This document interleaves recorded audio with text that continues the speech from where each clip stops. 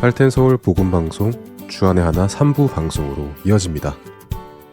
주안의 하나 3부에서는 평소에 궁금했던 말씀 구절을 자세히 나눠보는 시간인 아나크리노 시즌3와 성경 속 지혜를 나누는 시간인 Let's Read the Bible, 그리고 고전 설교를 소개해드리는 시간 성도들에게가 준비되어 있습니다. 먼저 아나크리노 시즌3로 이어집니다.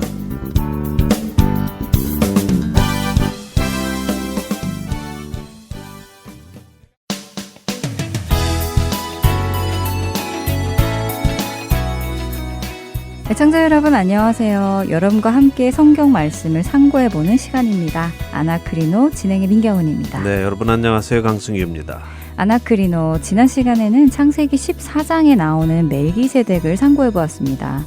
많은 경우 멜기세덱이 구약에 나타나신 예수님인가 하는 질문들을 하게 되는데, 히브리서에 의하면 멜기세덱이 예수님이라고 하는 것이 아니라 멜기세덱이 하나님의 아들과 닮았다고 하시는 것을 보며 유대 지파의 후손으로 오신 예수님이 어떻게 레위 지파의 후손만이 가능한 대제사장이 되실 수 있는가 하는 유대인들의 질문에 대한 답이 멜기세덱임을 확인하게 되었습니다. 네, 그랬죠.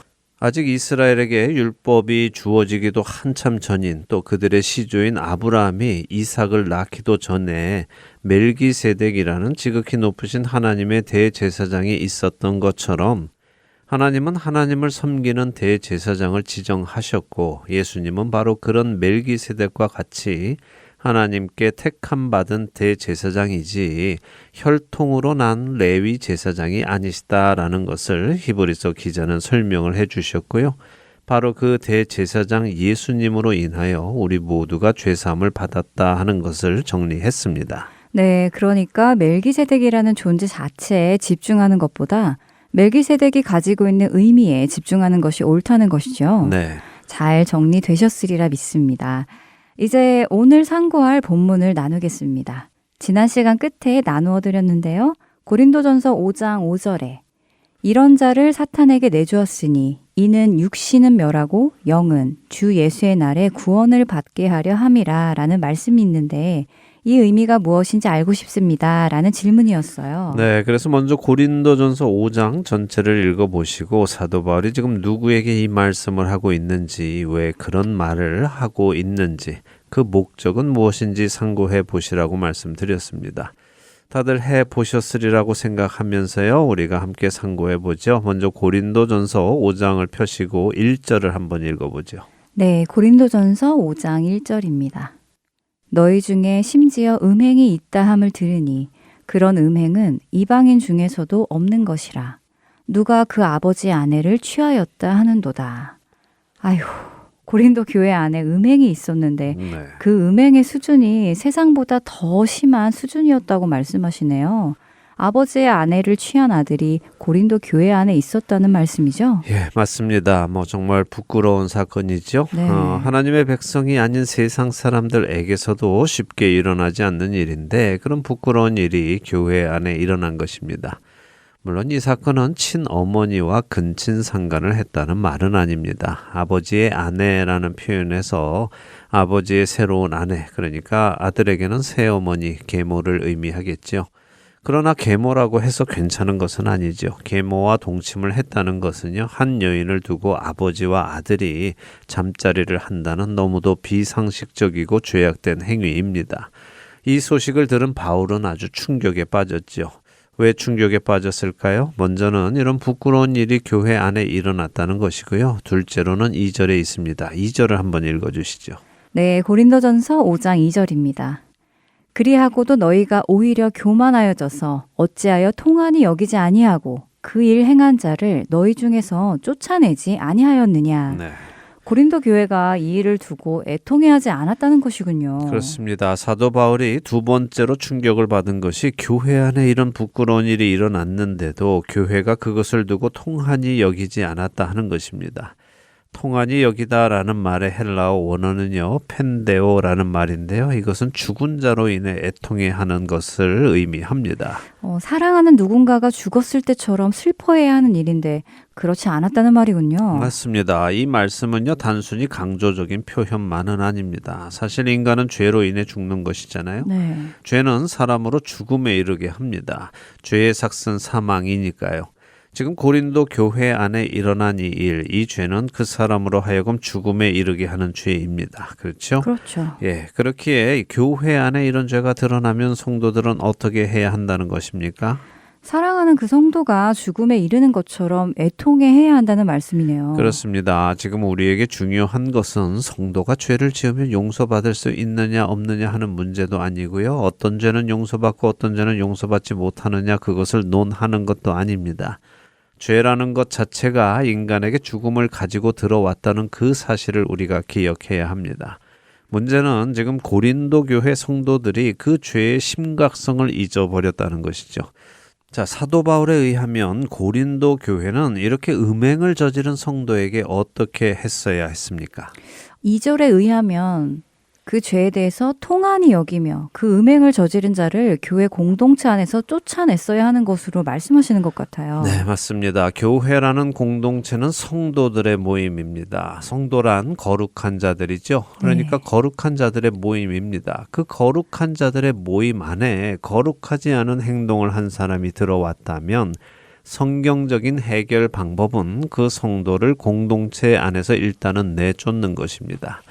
사실 이것을 오늘날 많은 성도들이 거꾸로 생각하고 있는데요. 거꾸로 생각한다고요? 네. 어떻게요? 죄인을 교회에서 쫓아내야 하는 것이 아니라 죄인을 품어야 한다고 생각하죠. 어떤 사람들은 교회가 죄인을 품지 않으면 누가 품느냐 하고 묻기도 합니다. 무슨 말씀인지는 제가 잘 알겠습니다만은 우리는 이것을 분명하게 분별해야 합니다. 성경은 죄인을 누룩에 비유하죠. 네. 우리가 읽고 있는 고린도전서 5장에서도 6절에 보면 적은 누룩이 온 덩어리에 퍼지는 것을 알지 못하느냐 하시며 죄에 대한 경고를 하십니다. 그래서 우리는 이것을 분명하게 정립해야 교회를 교회답게 만들 수 있습니다.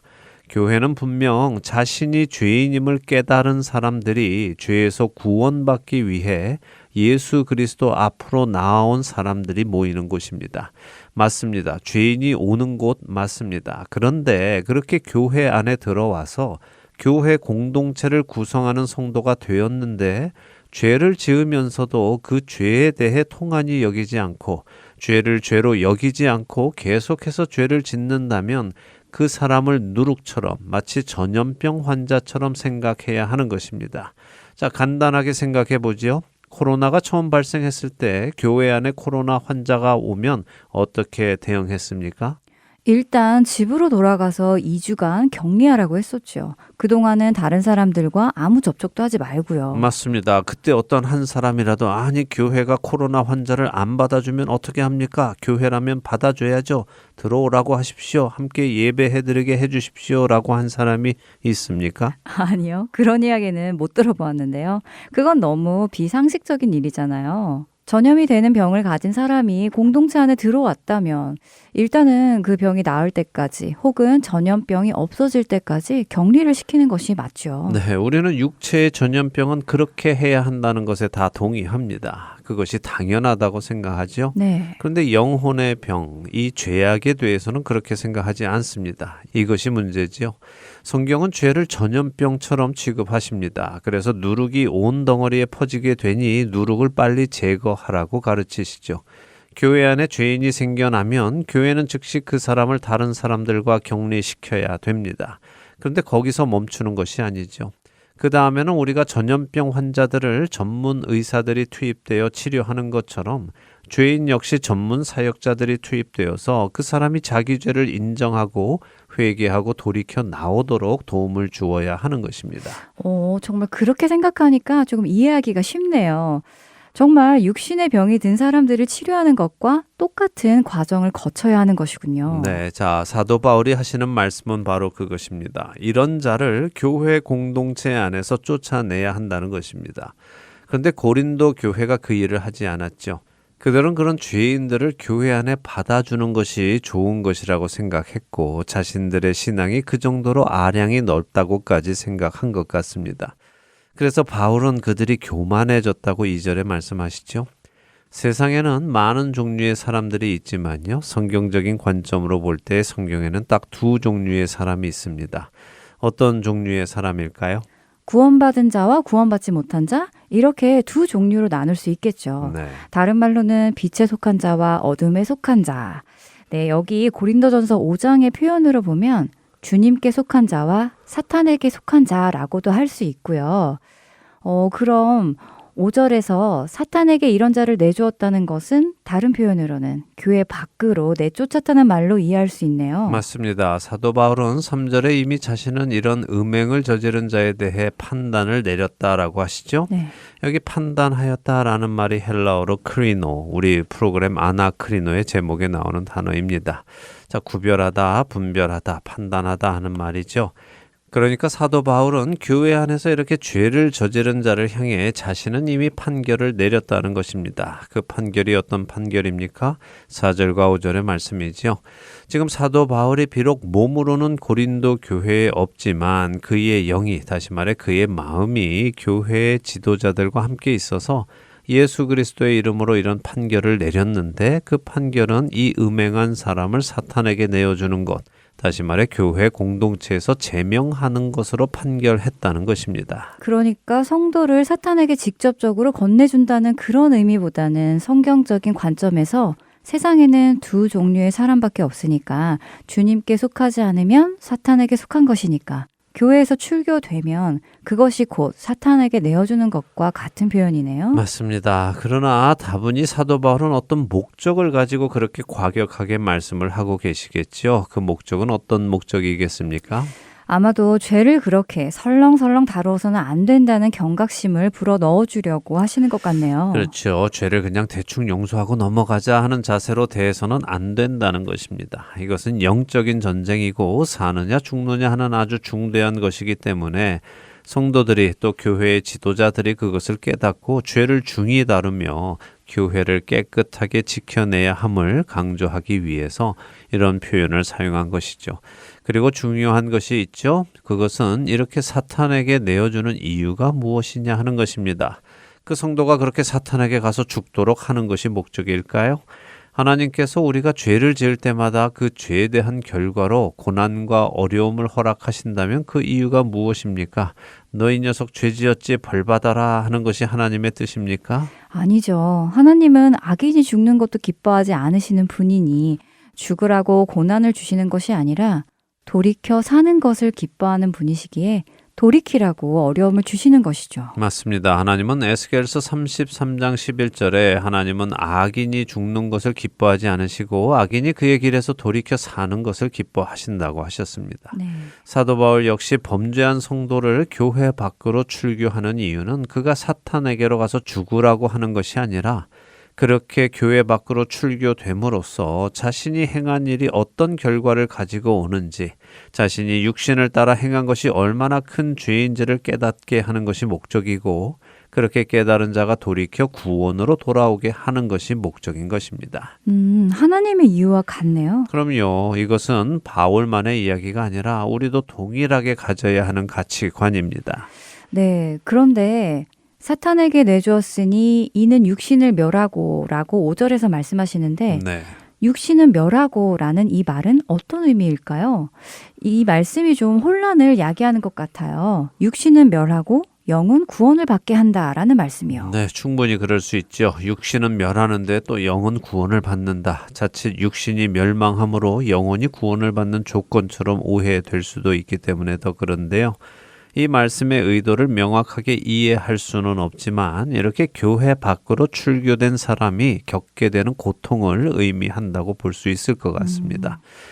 자신의 죄로 인해 고통을 받고 힘들어하는 과정 속에서 구원을 향한 간절함이 다시 생기고 그래서 자신의 육신을 쫓던 것을 버리고 다시 영적인 사람으로 돌아오는 것을 의미한다고 저는 생각합니다. 다시 말해 우리가 육신을 쫓아 살던 것을 버릴 수 있는 것은 그 육신을 죽여야 하겠죠. 내 육신이 주와 함께 죽을 때에 우리는 육신을 따라 사는 자가 아니라 성령을 따라 사는 자가 되고 구원에 이르는 자가 될 테니까요. 아, 그렇군요. 그렇게 이해하면 될 것 같네요. 사탄에게 내어주어서 죽게 한다는 의미가 아닌 것 같네요. 결국 정리하자면 교회는 범죄한 성도를 출교하여 그들이 자신들의 죄가 자신들에게 어떤 미래를 가지고 올 것인지를 분명히 알도록 하여 그들 스스로 죄를 깨닫고 돌이켜 구원으로 돌아오도록 해야 한다는 말씀이네요. 네, 맞습니다. 이해가 다 되셨기를 바랍니다. 이제 다음 주 질문 또 들어볼까요? 네, 아주 흥미로운 질문입니다. 네. 창세기 47장에 보면 어떤 구절에서는 야곱을 야곱이라고 호칭하시는데 어떤 구절에서는 야곱을 이스라엘이라고 칭합니다. 하나님께서 야곱의 이름을 이스라엘로 바꿔주셨는데 왜 호칭이 때에 따라 다를까요? 아브라함도 사라도 그랬던 것 같네요 하고 질문을 주셨습니다. 네, 아주 흥미로운 질문입니다. 또 참 중요한 질문이기도 하고요. 맞습니다. 하나님께서는 아브라함과 사라의 이름을 바꾸어 주셨죠. 아브라함에서 아브라함, 사레에서 사라로 바꾸어 주셨습니다. 그런데요, 아브라함이나 사라는 사실 하나님께서 이름을 바꾸어 주신 이후로는 다시는 전의 이름으로 불리지는 않았습니다. 그런가요?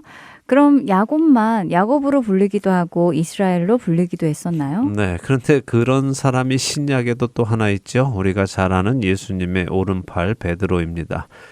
베드로는 원래 이름이 시몬입니다. 그런데 예수님께서 요한복음 1장에서 시몬을 만나시고는 내가 요한의 아들 시몬이니 장차 게바라 하리라 하셨죠.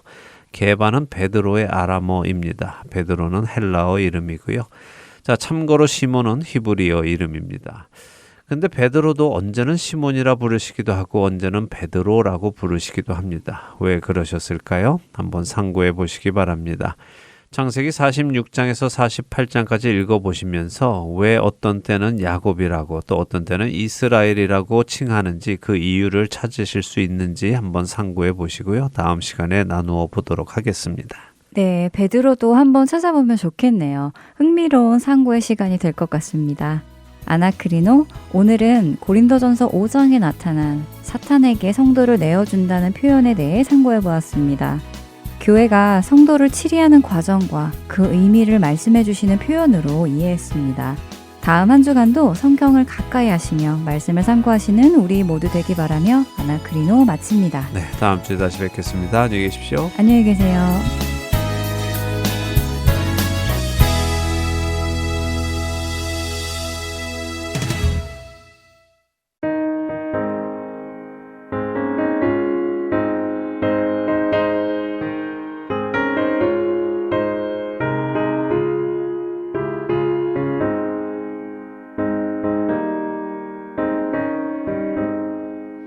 너희 죄 흉악하나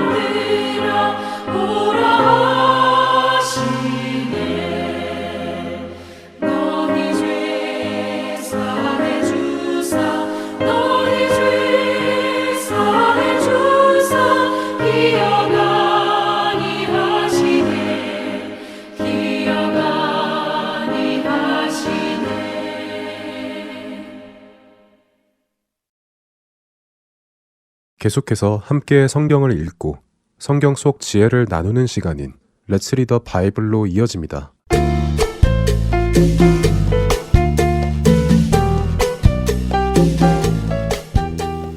애청자 여러분 안녕하세요. Let's Read the Bible 진행의 정지혜입니다. 자신이 어떤 일에 대해 어떻게 하기로 마음을 굳게 정하는 것을 결심이라고 합니다. 마음을 결정하는 것이지요. 새해가 되거나 새로운 어떤 환경을 만나게 되면 사람들은 여러 가지 결심을 합니다. 공부를 열심히 하기로 결심하기도 하고 운동을 열심히 하기로 결심하기도 합니다. 좋지 않은 습관을 끊기로 결심하기도 하지요. 여러분들은 최근에 어떤 결심들을 하셨나요? 우리가 무엇을 결심할 때는 그것이 필요하다고 판단되었기 때문입니다.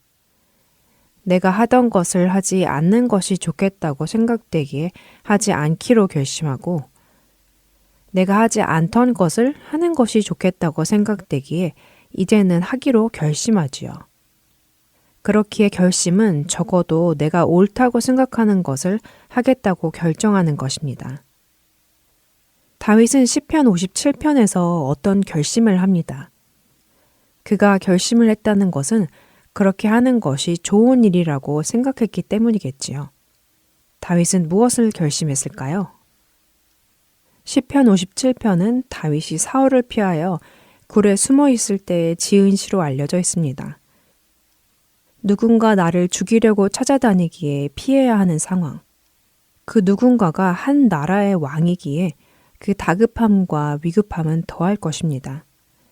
그렇게 왕의 손길을 피해 어두컴컴한 굴 속에 숨어 있을 때 우리의 마음속에 먼저 드는 생각은 무엇일까요?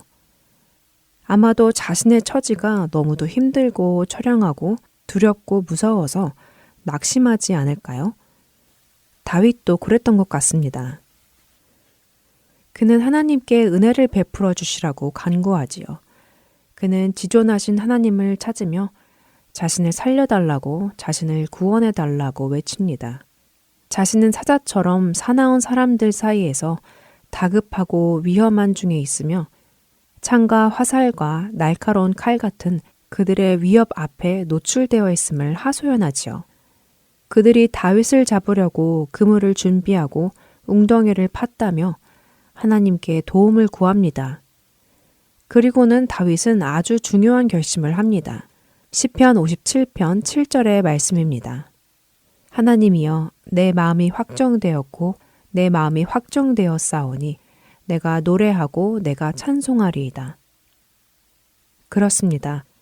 다윗은 그 두렵고 어렵고 힘든 상황 속에서 자신이 살 길을 찾으려고 하는 것이 아니라 자신의 하나님, 자신을 돌보시는 그 하나님을 찬송하기로 결심을 합니다. 그는 2번이나 자신의 마음이 확정되었고 확정되었다라고 선언하지요. 다윗은 알았습니다. 자신이 해야 할 일은 자신을 둘러싸고 있는 어려운 일들을 바라보며 낙심하는 것이 아니라 여전히 모든 것의 주인이시며 자신을 구원하시는 하나님을 바라보며 그분을 찬송하는 것이라는 사실을 말입니다. 그래서 다윗은 자신의 마음이 확정되었고 확정되었다고 합니다. 어떤 일이 있어도 자신은 하나님을 찬송하며 자신뿐 아니라 모든 피조물들이 찬송받으시기에 합당하신 하나님을 찬송하도록 새벽을 깨우고 모든 만물들을 깨우겠다고 말입니다. 오늘 우리는 하나님을 찬송하고 있습니까? 여러분을 둘러싸고 있는 어려운 일 속에서 혹시 낙심하고 계시지는 않는지요? 그렇다면 그 상황을 보지 마시고 다윗처럼 우리를 부르신 하나님을 바라보며 그 하나님을 찬송하기로 마음을 확정하는 우리 모두가 되기를 바라며 Let's Read the Bible 시편 57편 1절에서 11절까지의 말씀을 읽겠습니다. 하나님이여 내게 은혜를 베푸소서 내게 은혜를 베푸소서 내 영혼이 주께로 피하되 주의 날개 그늘 아래에서 이 재앙들이 지나기까지 피하리이다. 내가 지존하신 하나님께 부르짖으며 곧 나를 위하여 모든 것을 이루시는 하나님께로다. 그가 하늘에서 보내사 나를 삼키려는 자의 비방에서 나를 구원하실지라. 셀라. 하나님이 그의 인자와 진리를 보내시리로다. 내 영혼이 사자들 가운데에서 살며 내가 불사르는 자들 중에 누웠으니 곧 사람의 아들들 중에라. 그들의 이는 창과 화살이요 그들의 혀는 날카로운 칼 같도다. 하나님이여 주는 하늘 위에 높이 들리시며 주의 영광이 온 세계 위에 높아지기를 원하나이다. 그들이 내 걸음을 막으려고 그물을 준비하였으니 내 영혼이 억울하도다. 그들이 내 앞에 웅덩이를 팠으나 자기들이 그 중에 빠졌도다. 셀라. 하나님이여 내 마음이 확정되었고 내 마음이 확정되었사오니 내가 노래하고 내가 찬송하리이다. 내 영광아 깰지어다.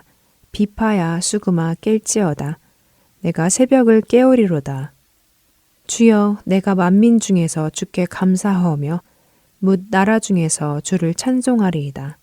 무릇 주의 인자는 커서 하늘에 미치고 주의 진리는 궁창에 이르나이다. 하나님이여 주는 하늘 위에 높이 들리시며 주의 영광이 온 세계 위에 높아지기를 원하나이다. Let's read the Bible. 오늘은 시편 57편 1절에서 11절까지의 말씀을 읽었습니다.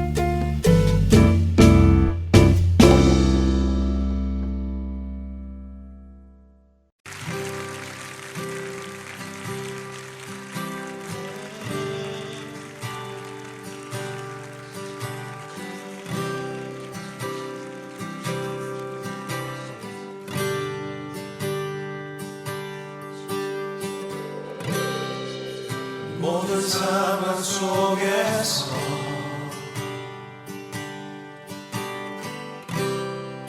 주를 찬양할지라.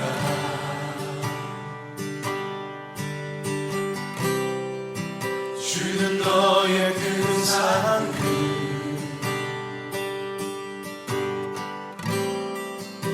큰 도움이시라.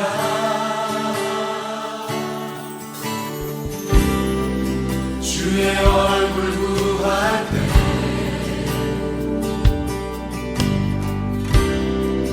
주의 영을 부으사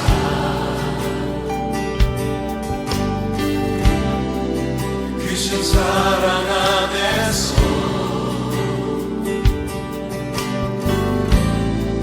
주를 보게 하소서.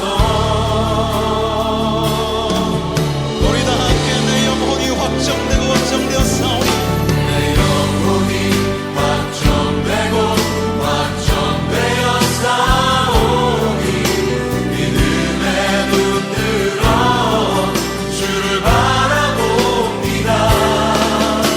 내 영혼이 확정되고 확정되었사오니 믿음에 눈들어 주를 바라봅니다.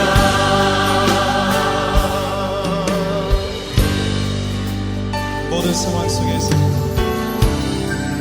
모든 상황 속에서 모든 상황 속에서 주를 찬양할지라.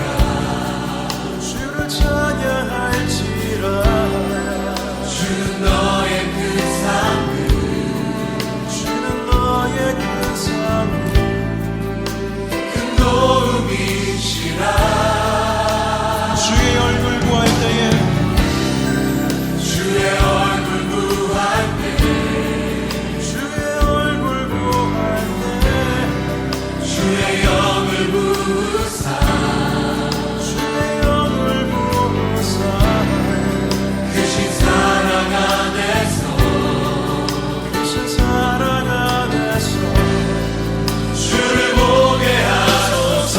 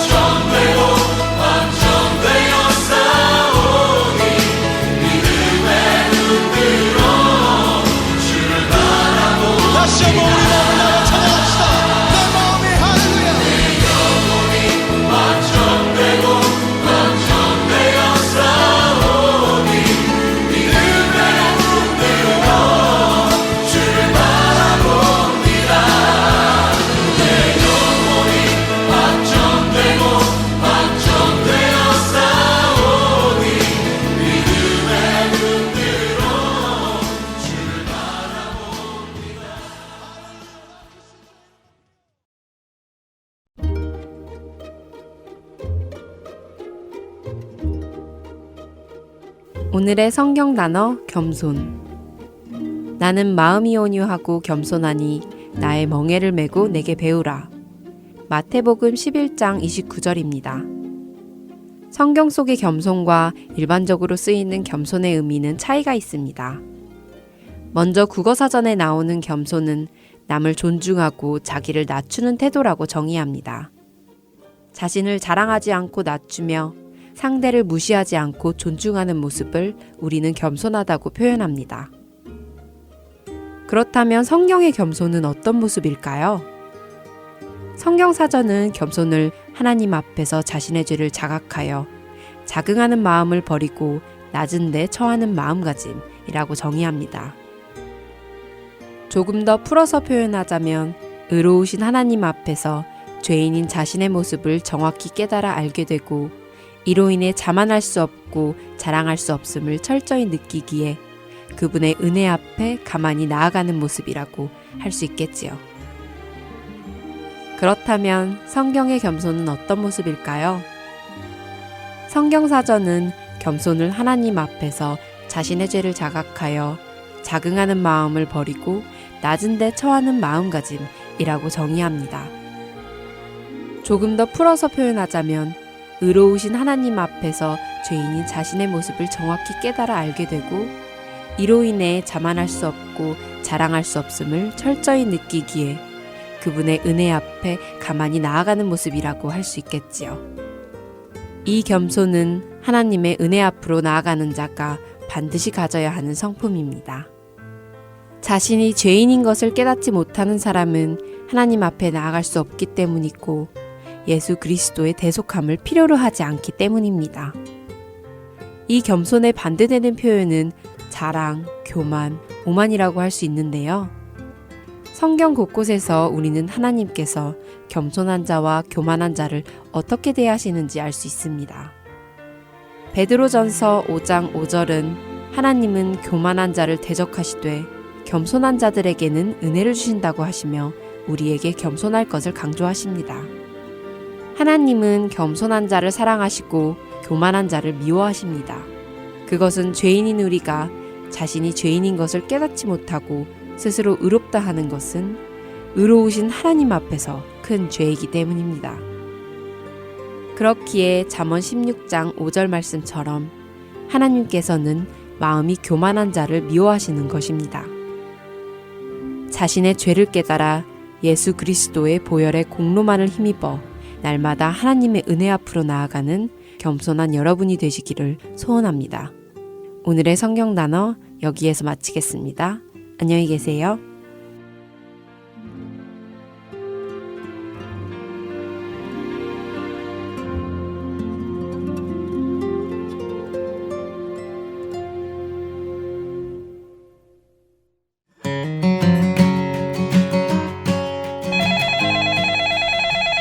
네, 할테인 서울 복음방송입니다.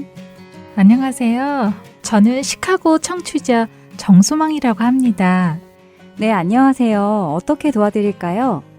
다름이 아니라 할트앤 서울 복음방송에 뭔가 도움이 되는 일을 하고 싶은데 저처럼 먼 곳에서도 봉사할 수 있는 일이 있을까요?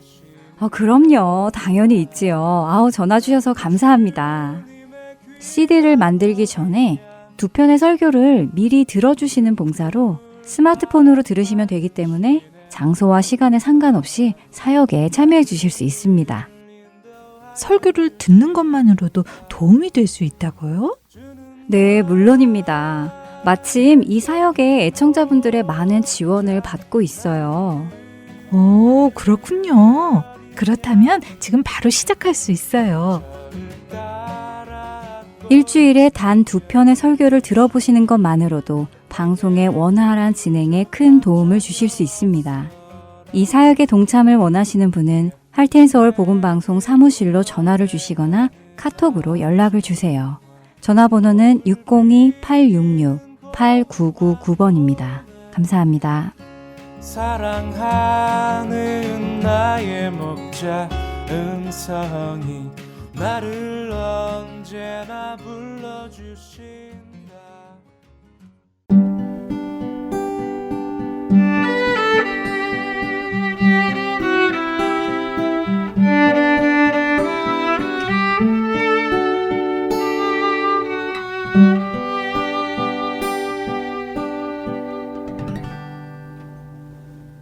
고전 설교를 듣는 시간입니다. 성도들에게 보내드립니다.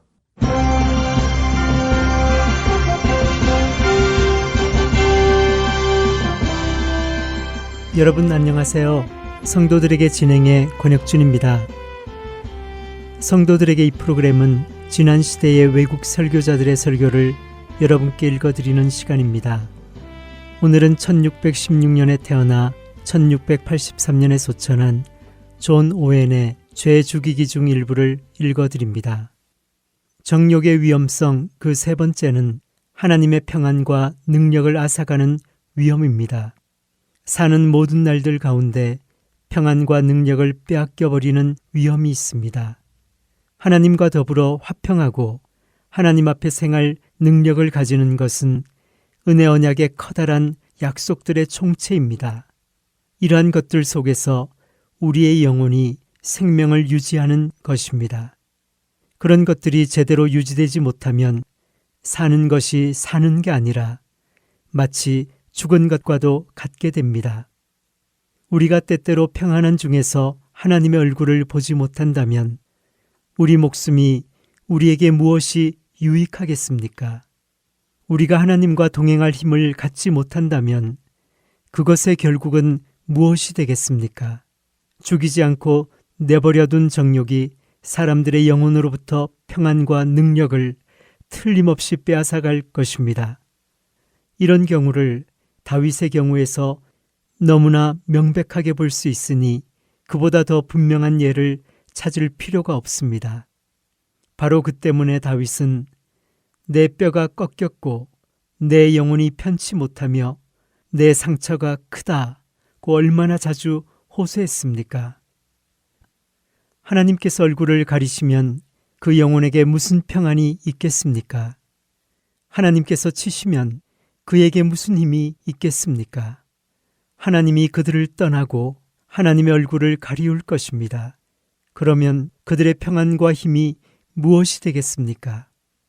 만일 여러분이 하나님과 더불어 평화를 누렸다면, 하나님을 두려워하는 일로 마음의 두려움을 가졌다면, 하나님과 동행할 힘을 가졌다면, 기도하면서 애통해하고 자신의 연약 때문에 고통스러워했다면 여러분의 머리 위에 이러한 위험이 걸려 있는지 생각해 보십시오.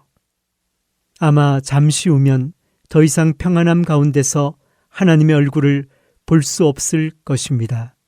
아마 내일은 기도할 수 없고 성경을 읽거나 말씀을 들을 수도 없고 기쁜 마음과 활력을 가지고 어떤 의무를 감당하는 일도 전혀 할 수 없을 것입니다. 그런 상태로는 조용하게 한 시간도 보내지 못하게 될 것입니다. 사는 날 동안 내내 고통과 공포가 가득 차 골절된 상태에서 지낼 수도 있습니다. 아니, 하나님께서 그 사람을 향하여 화살을 쏘실 수도 있고 고뇌와 불안으로 충만케 하시고 두려움과 복잡함으로 가득 차게 만드실 수도 있습니다. 또는 여러분으로 하여금 포악한 자가 되게 내버려 두신 나머지 자신은 물론 다른 이가 보더라도 깜짝 놀라게 될 수도 있습니다. 매 순간 지옥과 하나님의 진노를 보여주실 수도 있습니다. 하나님께서는 여러분의 정욕을 미워하신다는 것을 알게 하시려고 이처럼 서글픈 징조들을 보이십니다. 그리하여 여러분 자신을 놀라게 하여 상처받게 하십니다. 그러면 여러분은 밤중에 자기 상처의 쓰라림으로 견딜 수 없어 어떤 위로도 거절하게 될 지경에 이를 것입니다. 그래서 사느니 차라리 죽는 게 낫겠다는 생각까지 들게 될 것입니다. 아니, 자기 영혼이 숨쉬는 것을 멈추는 편이 낫겠다는 마음을 가질 수도 있습니다. 이것을 잠시만 생각해 보십시오. 비록 하나님께서 여러분을 멸하지는 않으실지라도 이러한 상황에 던지실 수는 있습니다. 곧 나는 파멸될 거야 라는 이해를 생생하게 각성시키는 상황에 던지실 수 있다는 말입니다. 그에 대하여 앞에서 지적한 것들을 진정 유념해야 합니다. 마음이 그런 상태가 되었을 때 다가올 결과가 어떤 것일지 항상 생각하십시오. 그런 생각들로 자기 영혼이 속에서부터 두려워 떨 정도까지 그 생각들을 멈추지 마십시오. 마지막 네 번째, 정욕의 위험성은 이것입니다. 영원한 멸망의 위험을 내다보게 되는 지경에까지 이르게 되는 것입니다. 영원한 멸망의 위험이 존재합니다. 그런데 이 생각을 바른 방향으로 이끌어가기 위해 무엇보다 먼저 주목해야 할 것이 있습니다. 그것은 죄 안에 계속 거하는 것과 영원한 멸망 사이에는 깊은 연관이 있다는 사실입니다. 그래서 하나님께서는 사람으로 하여금 멸망하지 않도록 죄 안에서 계속 행하지 못하게 하는 다른 방안을 간구하십니다. 그런데도 그 사람이 죄 안에 계속 거하면 하나님께서는 그가 어느 누구라도 그 멸망에서 건져내시지 않을 것입니다. 그러니 어떤 사람이 내주하는 죄의 세력에 사로잡혀 있다면 하나님께로부터 영원히 분리되어 멸망당하는 위험이 머리 위에 달려 있음을 알아야 합니다. 그러므로 히브리서 3장 12절과 히브리서 10장 38절의 말씀을 함께 읽어보십시오. 형제들아, 너희는 삼가 혹 너희 중에 누가 믿지 아니하는 악한 마음을 품고 살아계신 하나님에게서 떨어질까 조심할 것이요. 나의 의인은 믿음으로 말미암아 살리라. 또한 뒤로 물러가면 내 마음이 그를 기뻐하지 아니하리라 하셨느니라. 이것이 바로 하나님의 일하시는 절차요 법칙입니다. 만일 어떤 사람이든지 불신앙으로 하나님을 떠나 뒤로 물러가면 하나님은 결코 그 사람을 기뻐하지 않으실 것입니다. 이제 정욕의 악들에 대해 생각해 보겠습니다. 정욕이 지금 당장 어떤 악들을 만들어내고 있는지 보아야 합니다. 위험은 그 정욕으로 인해서 앞으로 오게 될 것과 관련된 것인 반면 악은 현재 존재하는 것과 관련됩니다. 죽이지 않고 내버려둔 한 정욕으로 말미암아 나타나는 여러 가지 악함들 가운데 몇 가지를 언급해 보겠습니다. 정욕은 거룩하고 복된 성령님을 근심하게 합니다. 성령님은 신자들 속에 거하시면서 동행하시도록 주어진 하나님의 선물입니다. 그렇기에 에베소서 4장 30절에서 하나님의 성령을 근심하게 하지 말라라고 하시지요. 사도는 그처럼 많고 큰 은혜를 누리게 하시는 하나님의 성령을 근심시켜 드리지 말라고 말하고 있는 것입니다. 죄로 말미암아 성령님은 근심하십니다. 온유하고 사랑하는 사람이 잘 대접해준 친구로부터 불손한 응대를 받았을 때에 근심하는 것처럼 온유하시고 인내하신 성령님도 그리하십니다. 성령님은 우리의 마음을 당신의 거처로 삼으셨고 우리 안에서 우리의 영혼이 바라는 모든 것을 우리를 위해 이루어 주시는 분이십니다. 따라서 우리 마음에 성령님을 대적하는 원수를 숨겨놓으면 성령님이 근심하시니 그 원수들을 멸하여야 합니다. 자신의 영혼 속에 아직도 순전한 은혜에 속한 것이 남아있거나 죄의 속임수로 인해 자신의 영혼이 아주 굳어진 것이 아니라면 이런 것들을 생각할 때 분명 마음에 영향을 받을 것입니다.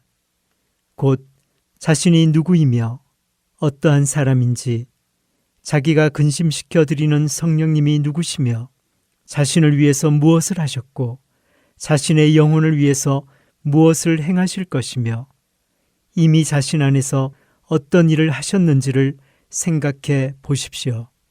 그리고 부끄러운 줄 아십시오. 하나님과 동행하는 사람들에게 있어서 보편적인 거룩을 견지하도록 이끌어주고 마음과 심령을 순전함과 정결함 속에서 유지하도록 촉구하는 동기로 다음과 같은 것들을 생각하는 것보다 더 큰 것은 없습니다.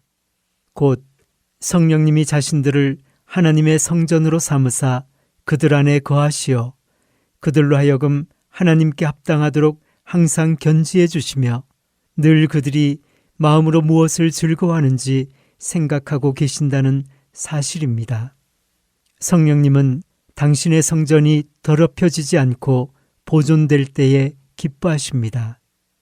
모세와 이스라엘 자손의 회중이 백성들의 죄 때문에 울고 있을 때에 시므리가 그 회중의 목전에서 음녀를 데리고 들어온 죄악이 참으로 컸던 것도 바로 그 때문이었습니다.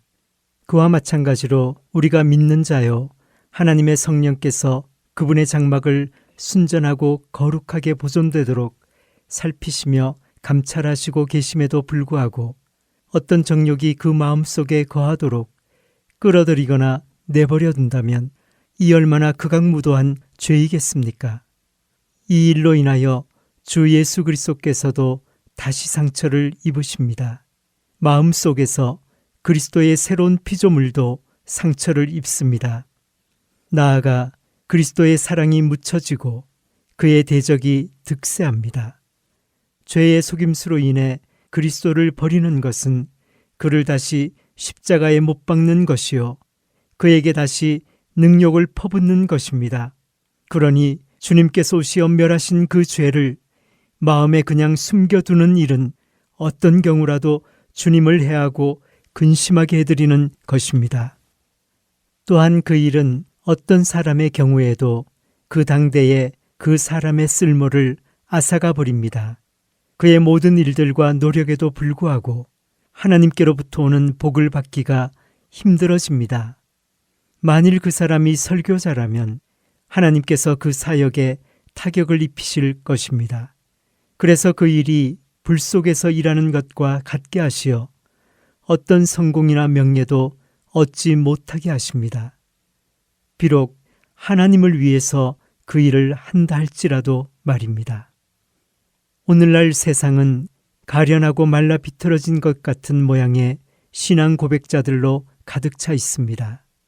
어느 정도라도 아름다움이나 영광을 가지고 행하는 사람들이 얼마나 적은지요. 거의 대부분의 신앙 고백자들이 얼마나 열매 없고 쓸모없는 상태를 유지하고 있는지요. 곧 많은 사람들이 자기 가슴 속에 순종의 뿌리를 갉아먹으며 날마다 그 뿌리를 연약하게 하는 정신을 품거나 점점 자신을 잠식해 들어가는 정욕들을 가지고 있다는 것입니다. 어떤 은혜를 활용하거나 개선시키려 해도 활용해야 하는 은혜들과 모든 방식들과 방편들이 그러한 경로를 통해서 막힘당하는 것입니다. 영혼 속에 정욕을 머무르게 내버려두는 범죄와 그로 말미암아 주어지는 위험과 악함들에 대해서 그와 같은 방식으로 늘 생각하도록 유념하고 있어야 합니다. 이런 것들을 많이 묵상하고 유념하고 늘 주시하고 마음을 써야 합니다. 어찌하든 그러한 생각들이 떨어져 나가지 못하게 하십시오. 그러한 생각들을 떠나 배회하지 마십시오. 그리하여 그 생각들이 여러분의 영혼 속에 강력한 영향력을 가지고 영혼으로 두려워 떨게 하기까지 그 생각들을 계속하십시오.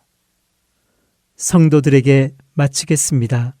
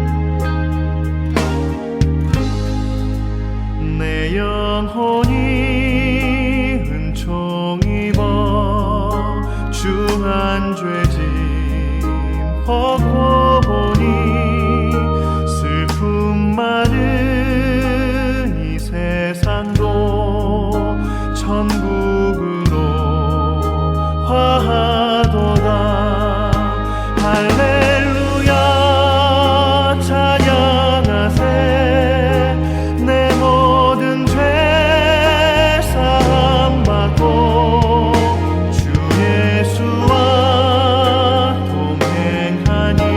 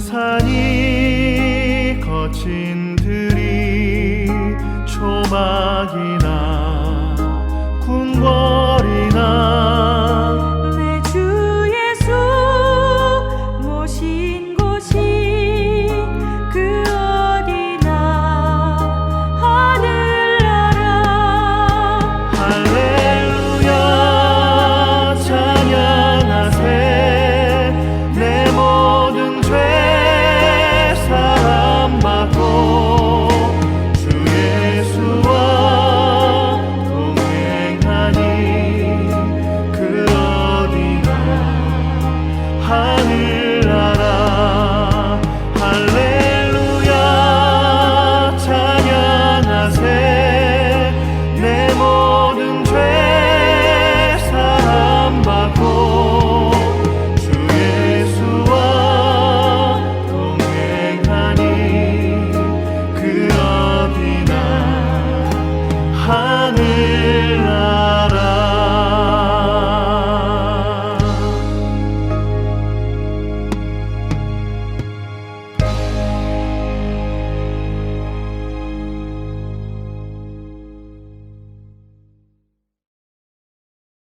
지금 이 시간은 할텐서울 복음선교회를 위해 기도하는 시간입니다. 연주곡이 흐르는 동안 다음 기도 제목으로 기도해 주시기를 부탁드립니다. 할텐서울 복음방송은 각 지역 마켓에 CD를 배치 관리해 주시는 동역자들을 통해 전달돼 갑니다. 오늘은 각 지역 마켓의 CD 배치 관리 동역자들을 위해 함께 기도하기 원합니다.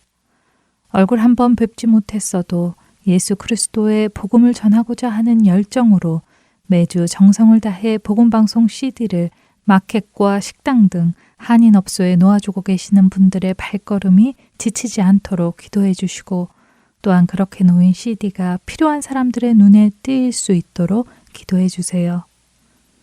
애청자들께서 살고 계신 지역의 한인 마켓들이 우리의 선교지임을 기억하며 기도하기를 원합니다.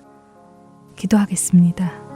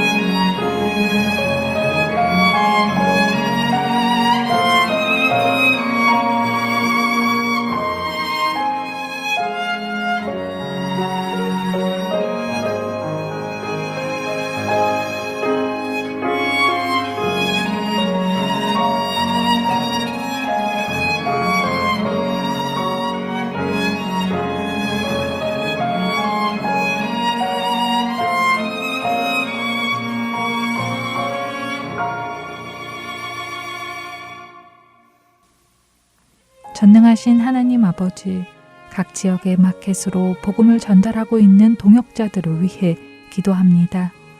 우리를 구원해 주신 예수님을 사랑하여 복음의 소식을 전하기 위해 충성하는 그들의 발걸음걸음을 지켜주시고 보호하여 주시기를 원합니다. 운전을 하는 순간순간 오가는 발걸음을 지켜주시고 성령님 늘 동행하여 주시옵소서. 생명의 말씀을 전달하는 기쁨과 은혜가 그들의 삶에 흘러넘치게 하여 주시길 원합니다. 늘 영육의 강건함을 더하여 주시고 날마다 주님의 힘과 능력으로 채워 주시옵소서. 우리의 산소망 되신 예수 그리스도의 이름으로 기도드렸사옵나이다. 아멘.